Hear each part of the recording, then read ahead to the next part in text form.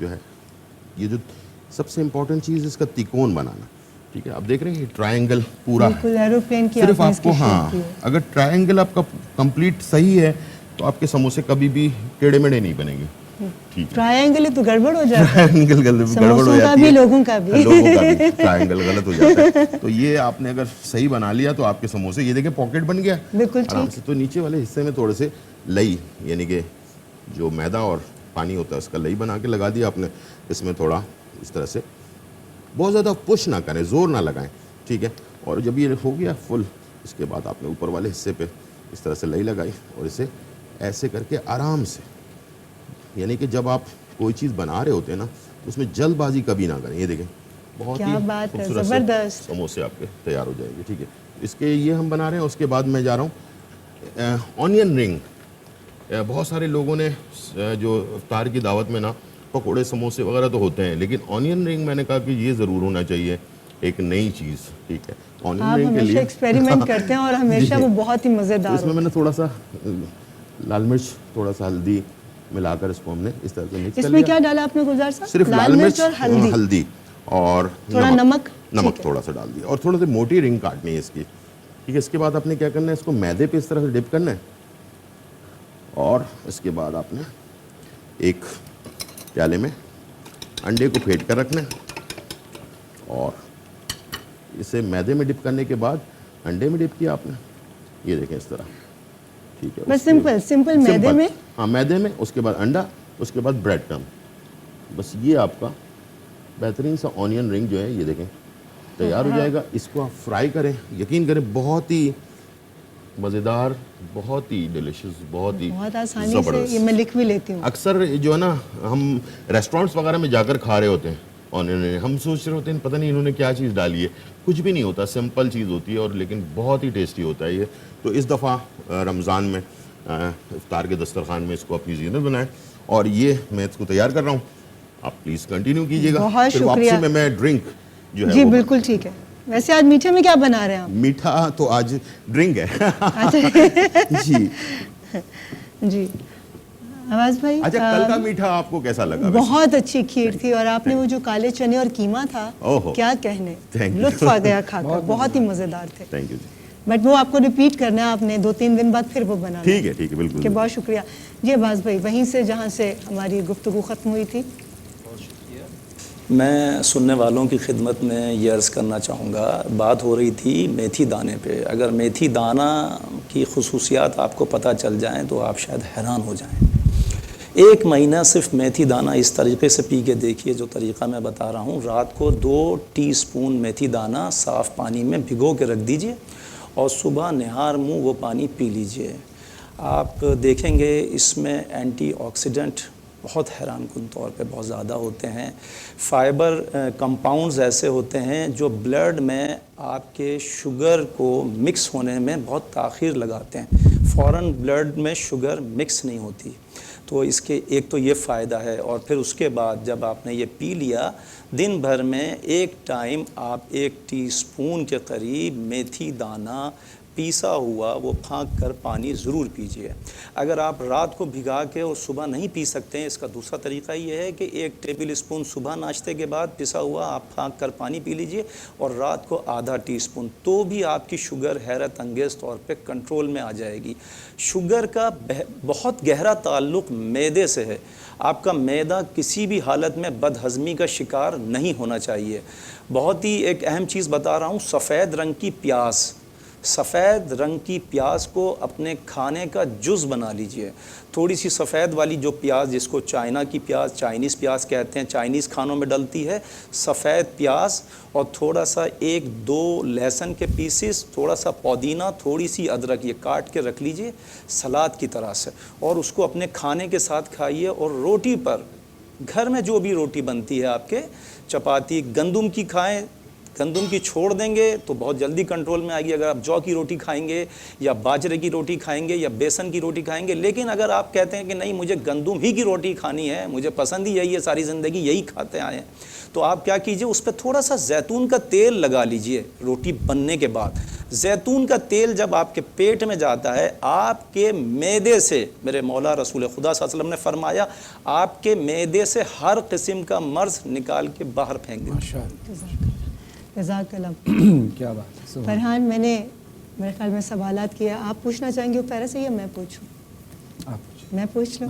اچھا فیرا, گرمی کے حوالے سے آپ کو معلوم ہے کہ خواتین جو ہیں باہر بھی کام کرتی ہیں اور گھر کے اندر بھی, تو وہ کیسے اس گرمی کی لہر سے کیسے بچ سکتی ہیں؟ بالکل, جہاں پہ بات ہو رہی ہے خواتین کی, ساتھ میں ہمارے بھائی حضرات کے لیے بھی ہے کہ سب سے پہلے تو یہ کہ جتنی شدت میں روزے ہیں, گرمی کی شدت بہت زیادہ ہے, بہت ساری عورتیں ورکنگ ہوتی ہیں کہ وہ باہر کی چیزیں بھی نمٹا رہی ہیں, اپنے کام بھی نمٹا رہی ہیں, اور ساتھ میں گھر میں بھی چولہے کے آگے کھڑے ہو کے پوری افطار یا سحری بنا رہی ہوتی ہیں.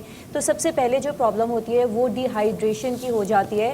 ڈی ہائیڈریشن کو اگر میں ڈیفائن کروں کہ آپ لوگ یہ سوچیں کہ کیا ایسے سمٹمز ہیں یا کیا ہے, کہ جتنا آپ کی باڈی میں ریکوائرمنٹ ہے پانی کی, اس سے زیادہ آپ کی باڈی سے پانی لوز ہو رہا ہے ان فارم آف یورین یا ان فارم آف سویٹنگ, کہ آپ کو پسینہ زیادہ آ رہا ہے یا یورین کی فارم میں پانی زیادہ جا رہا ہے, کیونکہ روزے کی حالت میں پانی کا انٹیک اس طریقے سے نہیں لے پاتے, پورا دن نہیں لے پاتے. لیکن یہ کہ جو افطار سے سحری کا ٹائم ہے اس میں اپنے گلاسز بڑھا دینے, اگر پانی زیادہ نہیں پی پا رہے ہیں تو فلوئڈ ڈائٹ بڑھا دیں انسٹیڈ آف یہ کہ آپ سالڈ میل لے رہے ہوں. سالڈ میل بھی بہت اچھا ہے ریما, لیکن اگر ہم فروٹس کی طرف آئیں, کیونکہ نیوٹریشنل پوائنٹ آف ویو سے بھی اگر میں بات کروں تو ایسے فروٹس جیسے کہ تربوز ہو گیا یا کھیرا ہو گیا, اس میں پانی کا کانٹینٹ زیادہ ہوتا ہے اور ہمیں وہ جو ہمارے ریکوائرڈ نیوٹرینٹس ہوتے ہیں وہ بھی ہماری باڈی کو مل رہے ہوتے ہیں. تو اس طرح کے آپ سیلڈز بھی بنا کے لے سکتے ہیں, جیسے کہ آپ نے افطار کیا, افطار کے بعد تھوڑی دیر بعد آپ بالکل ڈائریکٹ پیور سالڈ کھانے پہ نہ چلے جائیں, لیکن تھوڑا سا کچھ سیلڈ ٹائپ کی چیز بنا کے لے لیں, لیکن رات میں سونے سے کافی پہلے آپ نے لینا ہے. تو لائک اگر آپ 10 بجے سونے کے لیے جا رہے ہیں تو آپ یہ 8-9 بجے آپ نے لے کر ختم کر دینا. اس کے بعد میں 1-2 بیوریج بھی بتاؤں گی, تو وہ اس سے بھی وہ اسمودی ہے وہ واٹر میلن کی, جو کہ بہت بینیفیشیل ہے آپ کی ہیلتھ کے لیے بھی اور ڈی ہائیڈریشن کے لیے بھی, جس سے پانی کی بھی کمی پوری ہو جاتی ہے جسم میں. بہت شکریہ. ارم ضیاء صاحبہ, آپ سے ایک سوال یہ ہے کیونکہ آپ سوشل ایکٹیوسٹ بھی ہیں, معاشرے میں آپ دیکھتی ہیں کہ گھر میں بہت سارے معاملات ایسے ہوتے ہیں کہ عورت کو تانے بھی دیے جا رہے ہوتے ہیں یا ظلم بھی ہو رہا ہوتا ہے. اکثر لوگ یہ کہتے ہیں کہ یہ بدتمیز ہے, دوسرا اس طرف سے کہا جاتا ہے کہ جناب یہ شوہر ظالم ہے یا سسرال والے ظالم ہیں. کچھ لوگ کہتے ہیں ماں کی تربیت ایسی ہے, تربیت ایسی کی ہے تبھی یہ ایسی ہوئی ہے. تو آپ اس کو کیسے لیتی ہیں, اس کو, ان چیزوں کو ہم اگر کہیں منصف بن کے بھی اگر کوئی ہوتا ہے نا محلے میں بھی بٹھا دیتا ہے, اس کو ہم کیسے دیکھ سکتے ہیں, کیسے جج کر سکتے ہیں ان چیزوں کو؟ اور اسی میں فرحان کے سوال میں ایک اور سوال ایڈ کر دوں کہ عورت ہی عورت کی تذلیل بھی کرتی ہے, تو یہ ساری چیزوں کو ہمارے معاشرے سے کیسے ہم اپنے معاشرے کو ان چیزوں سے پاک کر سکتے ہیں یا ان چیزوں میں کمی لا سکتے ہیں؟ اچھا, پہلے ریما میں تمہارے سوال کا جواب دوں گی کہ میرے خیال سے عورت کی تذلیل وہ عورت کرتی ہے جس نے اپنی زندگی میں اپنی ساس سے وہ تمام چیزیں صحیح ہوتی ہیں, تو جب وہ اس اسٹیج پہ آتی ہے تو وہ سوچتی ہے کہ اب میری بہو آئی ہے, اب میں حاکم ہوں, اب میں اس تمام چیز کو ریپیٹ کروں گی. حالانکہ اس کو چاہیے کہ جو تکلیف اس نے اٹھائی اب وہ آنے والی کو وہ تکلیف نہ دے, کیونکہ ایک ماں اپنی بیٹی کے لیے بھی تو دعائیں کرتی ہے کہ یا اللہ اس کے نصیب اچھے کرنا. تو جب تم کسی کی بیٹی کو اپنے گھر لے کر آ رہے ہو تو اس کے ماحول کو ایسا کیوں نہیں بناتے. اور فرحان, آپ نے جو سوال کیا, ہمارے یہاں عورت کو کمزور سمجھا جاتا ہے اور بہت لوگ یہی سمجھتے ہیں کہ یہ پس سکتی ہے, یہ دب سکتی ہے, اس پہ ظلم ہو سکتا ہے, اور کچھ ایسا ریئیکشن بھی آتا ہے کہ بہت ساری عورتیں اس کے جواب میں کچھ نہیں بولتی بیچاری. لیکن جیسے ہم نے اس دن بات کی تھی کہ عورتیں کمزور نہیں ہیں, یہ ریشم میں لپٹا ہوا فولاد ہے, اور اسی لیے کچھ اتنا ایک سوال آیا زینب کی مثال دیکھیں کہ کس طرح سے دربار کو اپنے خطبے سے بالکل یزید کو تو عورت جو واقعی پاورفل ہے, اللہ نے عورت کو اختیارات بھی بہت سارے دیے ہیں, اور اگر شریعت کے حساب سے دیکھا جائے تو بہت سارے حقوق عورتوں کے پاس ہیں. لہٰذا آپ کچھ جی, مجھے مانیٹرنگ روم سے ایک سوال آیا ہے کہ خواتین کا تو آپ نے بات کر دی, مگر کئی خواتین ایسی بھی ہیں جو مردوں پر بھی ظلم کرتی ہیں.